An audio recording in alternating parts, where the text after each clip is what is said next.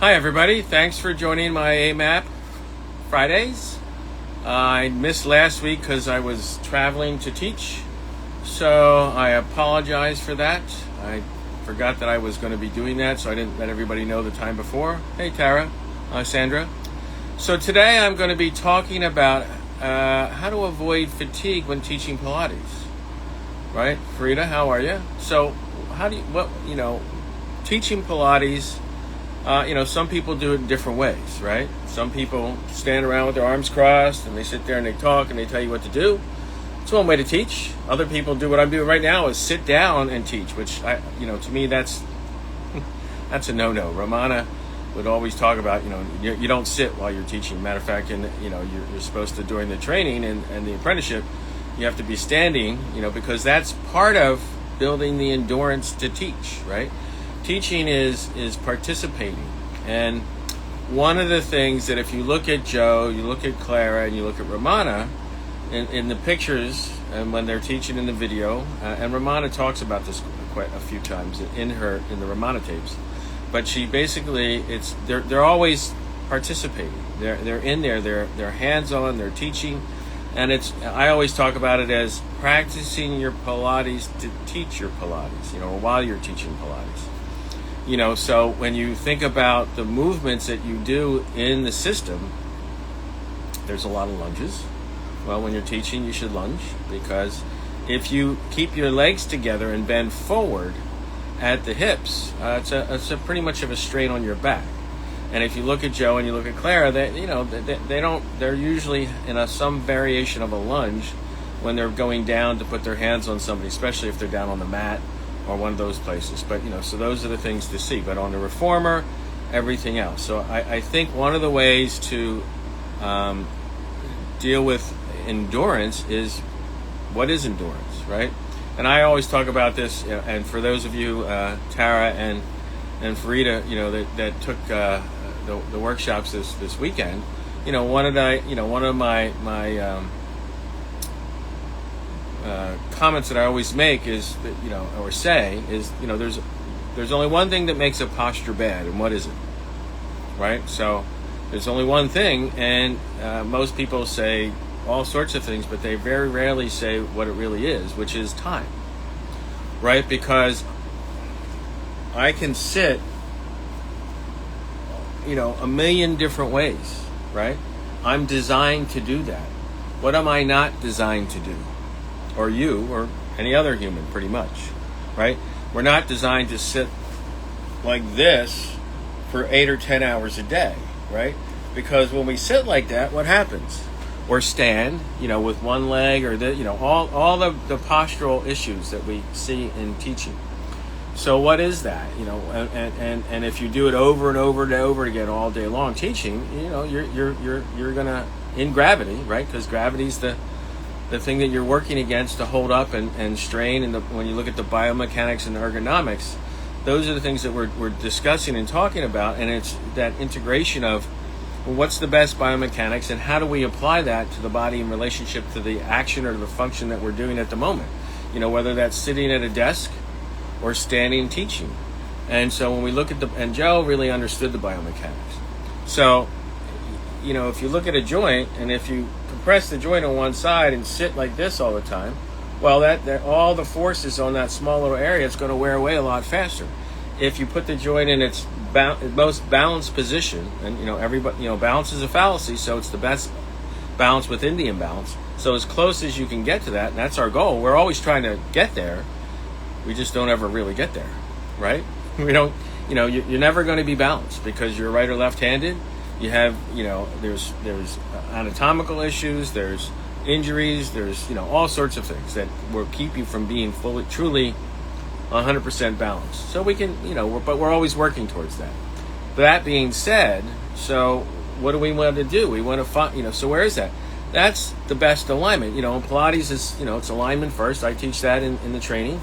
It's always about alignment first, and the apparatus is square, so you can get them as square as they can on that, and then sort of pay attention to their particular imbalances. That's what good teaching is. But you as a teacher, you have to be able to do the same thing for your body while you're teaching over and over and over again. That's, switching sides. Don't always do it on the right side, because if you do everything on the right side, because you're right-handed, well, guess what? You're going to have issues. But if you start to be a little bit ambidextrous in relationship to how you do the placements and how you do the handling, then, you're going to be much better. And if you get somebody who's a lefty or a righty, and you can be a lefty and a righty and work a combination, and you're able to deal with them a lot easier. But you're also building that endurance. And just like in Pilates, right? In Pilates, how often do we stabilize the extremities and mobilize the torso? Or stabilize the torso and mobilize the extremities, right? It's like half and half. I haven't counted them all out and, tried to see exactly what the numbers are, but, it's an average. So, there's a fair amount of both. So what are we doing? We're building that endurance. Because, when you go to the gym and you lift weights and you use the machines, and maybe they're starting to do it now, but, 5-10 years and before that, nobody talked about stability and the powerhouses and holding and, functional and all that. And what is functional? Functional movement means that you have stability and mobility at the same time. Well, Joe understood that 100 years ago, and it's integrated into his system. So we have that stability and that mobility. So we're building stability as well as that mobility, right? And what's the stability? That gives us the ability to have endurance to hold. Well, what's sitting, right? Everybody, you're all there. Sit up straight. Everybody knows how to sit up straight. What most people don't do, right? They sit up straight, and within a minute or two, where are they? Back to their habit, right? And if you look at that, they almost always sit into one side. Look at the way the disc goes. That's the way the disc goes. When we look at the orthopedic problems and the chronic issues and the overuse and the dysfunction, a lot of it's related to that posture. Well, you can carry that on into your Pilates as well as teaching. So what do you want to do? You want to practice your Pilates. So, learning to use the whole body when you're teaching, doing your hands-on. And if you can teach this way. You can teach sitting. You can do anything you want, right? It's anything goes Pilates today, and they can still call it Pilates. But if you're going to teach the way Joe taught, the way Romana taught, the way Clara taught, you're in there, you're hands-on, you're doing the work, and by doing that, what are you doing? You're building your strength. You're practicing your Pilates to teach your Pilates. So what are you doing? You're building your endurance. So I think if you really teach that way, and in the beginning, just like getting into shape in any other factor or form, it's work, right? You have to work. But if you do it and you're consistent, it's no longer really work after a while. I mean, you just do it, and you're doing it. So if you're used to doing 4 or 5, Romana didn't do 12-hour days. I know some Pilates teachers who do long days. Usually it's the studio owner, right? The other teachers come in, do a few hours, and they leave. But the studio owners, they tend to have to do a lot more because, you're not only you teaching, but you have to run the studio and you have to manage the business, and you're doing all these. There's all this other stuff you got to do, right? That's a whole nother, AMAP. And so if that kind of thing. But really, it's about how to build that endurance. So you have to be consistent, and you have to do it. Now, I just went and I did 5 privates in one day, and I'm not, I don't do privates, that often. I do them, a couple here and there, and I also do other things. And so when I did 5 in a row, I was a little tired afterwards. But when I had my studio, and I would do therapy and Pilates, I would do a 10-hour day. I would do 10 hours because I also ran the studio, so I did even more than that. But I would do PT, which was all hands-on manual, standing, working, doing the same thing, the good biomechanics, and then I would also teach, the privates and the Pilates sessions, or when I would teach group classes, same thing.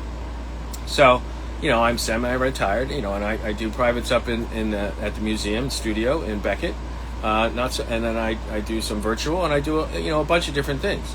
So I'm not used to doing so many privates in a row, but and I was a little tired, but that's because why? My endurance has gone down a little bit, but I still practiced what I learned and how I teach. So it wasn't as tiring if I was just bending over and doing all the things in a really bad biomechanics in a poor way, and I probably would have been feeling my back and, wherever else I was having the stressful issues, right? So if you're teaching and you're feeling problems, you need to start looking at how you're teaching, right? And how you're developing that way to avoid the issues, because even if you do a lot, if you do it with poor mechanics and awareness of how you're teaching, you're still going to end up with trouble. You're still going to have problems. And if you have problems, whether it's a hip or a back or a neck or wherever it is, as teachers, what do you got to do? You got to, first of all, get a teacher, right? You need a teacher to, have, to be able to understand that, especially if you're new, right? I mean, if you've been doing this for 20 or 30 years, you probably know most of this already anyways. But if you haven't, you need a teacher, you need somebody that can help you, that will take you through it and help you go through that process, and that you can ask questions to about how to do things, right? And, one of my favorite things is I always put my hands out like this, right? You know what that is? I can lead you to the water, but I can't make you drink it, right? So, if the teacher tells you to do things and you don't do it, it doesn't work, right? So you got to practice what's been taught. All right, so that's the other thing that I think you need to think about as well. So these are the things that you need to start to pay attention to avoid that fatigue and having issues. And if you have issues, start to look at that and pay attention. How are you using your body in relationship to your teaching? Because, Joe developed a system that allows us to manifestate a really good energy use of the body, right? And if we understand that, and that, because that's what we're teaching, it's biomechanics, it's function, it's alignment, it's control, all the different things, remember, his principles are not the 6 that are in classical, that was more from Gail Ice and Phil Friedman after Joe died. They're good, they're in the manual, we still teach them in the classical. It's not that they're bad, they're just not Joe's, right? Joe's was do it the way I say to do it, pretty much. Okay, so if we're doing those things, and so there's do the exercise the way that I do it, but you also have to teach it the way he taught it, right? Which is kind of doing Pilates as you teach Pilates. You're using the movements and the functions that you do in the workout in teaching the workout, right? They mirror each other, because if you're trying to get somebody to do something and you're doing the opposite with your body and you don't understand that, you're not, the body and the spirit are not flowing. The energy that you're giving is not the same. So you want to, that's why, in our training, I know there's some training that says, you can just come and train. Okay, and you can. But what I found, and what Ramon and I found when we first started, is that, when people don't have it in their bodies, especially in the beginning, that's why there's prerequisites. You can't teach them how to teach Pilates. You got to teach them Pilates in the training. So we want people to know Pilates so that we can then teach them how to teach it. And teaching them how to teach it is really that process of how to take the work that you have in your body from doing the work and transfer that energy into your client. That's really, the process. And if you're doing something that's not related to that, that's very tiring, and it's very, it's a strain. It's almost oppositional, right? Instead of a flow, right? So that's what we want to do, is we want to get that flow, and we want to learn how to do that flow. So things to think about, right? Those are the things that I think when we're looking at how to have endurance to teach 5 to 10 hours a day and not be exhausted. And do that 5, 4, 6, 3, whatever days a week that you want to teach for. And, I guess if you can charge enough and your bills aren't so high, you can work less or you can work more. It's all relative, and there's all sorts of ways to make money. But when it comes to teaching and really training people, there's something that, I always try to make sure that I always keep my hand in teaching people and not just teachers, right? Clients, because teachers are, they're at a different level and they need other things. But with the client, it's really how do you start teaching people from the beginning, right? And it's always about basic and that foundational understanding. And I still try to teach anatomy because I need to review and keep going back. Well, in Pilates, you need to review and keep going back because 500 exercises. Who has them all in their head? If I ask you want to do one of those exercises, you can just pull it out and do it, especially if it's super advanced, right? So you got to keep practicing. You forget things. You go back. You learn it.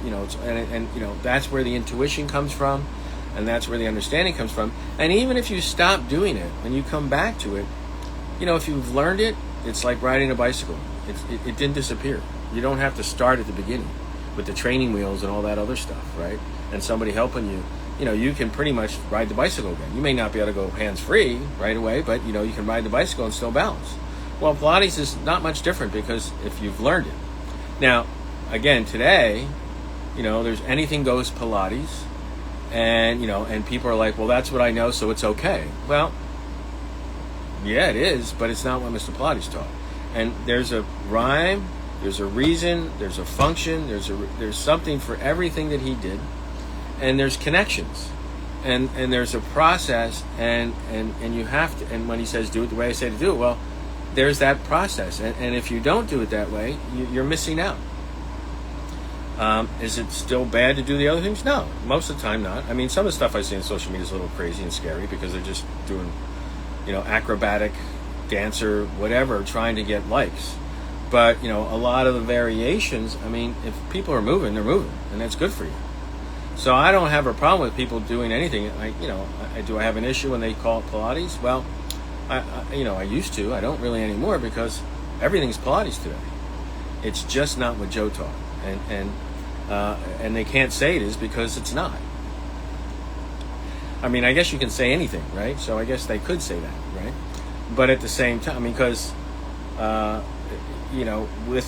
classical's generic too. So anybody can say, everybody says they're doing classical today, and it's not what Ramana taught. It's not what we had in the training program for, when I worked with her for 13 years. And even the people who, have since that worked with her now, they're writing books, so they're making up exercises, they're doing all this kind of stuff, they're creating things. They've taught everything, so now they have to make new stuff up. At least that's what it looks like to me, because I worked with Ramana for a very long time, and we're on the training and the fun, how to do the training and all that stuff, and all these new things that are coming out with these new books and everything else. Never seen it done before with her, and so it's like, my perfect example. You got the one guy who's doing handstands on the reformer with the carriage, but he has a wall behind him, so and people don't notice that, and then people go and try to do it without the wall, and they're falling and hurting themselves, and all this crazy stuff that you see, and it's like. And nobody says anything, right? Like, hello, that's the problem, right? And so people want to do that, but that's not safe, and it's not really how you do things. But is it Pilates? In today's world, it sure is.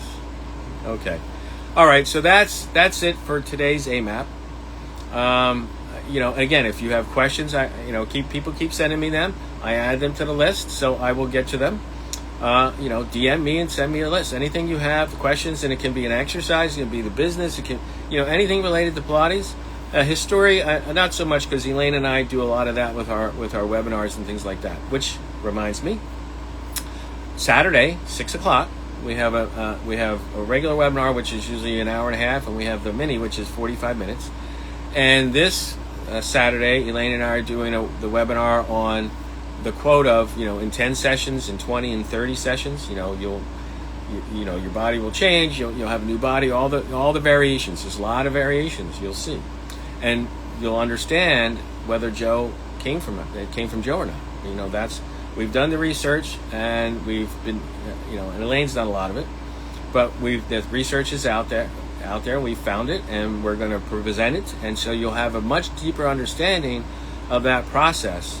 And what it really means, and kind of where that comes from. So if that's something you're interested in, that history, because I know it's a quote that a lot of people like to use, and they say it's from Joe. Well, we're going to let you know whether it's truly from Joe or what not. Okay, so that's the other thing. Tuesdays at 12:30, I do my Balanceology, which is not Pilates, but if you want to work on your balance, it's a good class to take.